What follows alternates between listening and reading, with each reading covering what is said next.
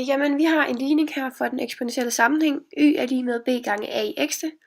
Og så har vi to punkter hernede under 1,9 og 5,4. Og dem vil vi gerne have op i ligningen her, sådan så vi kan finde a og b og få en graf ud af det og kunne se alt muligt smart.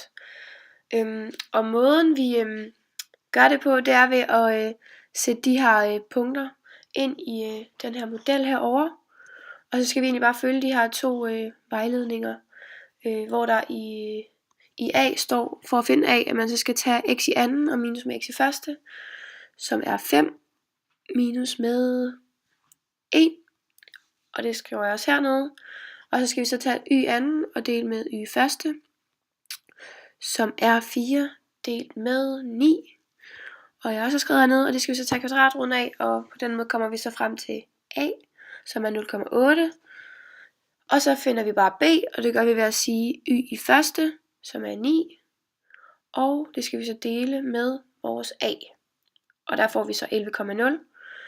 Og så kan vi så se heroppe i vores ligning, at b gange a i x'te, det giver os y.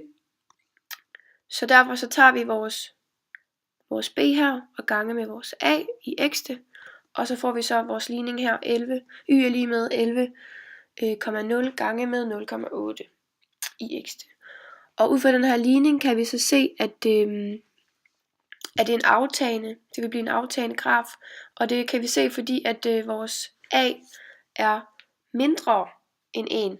Og hvis den så havde været større end 1, havde den så været voksende. Men ja, det er en helt anden snak.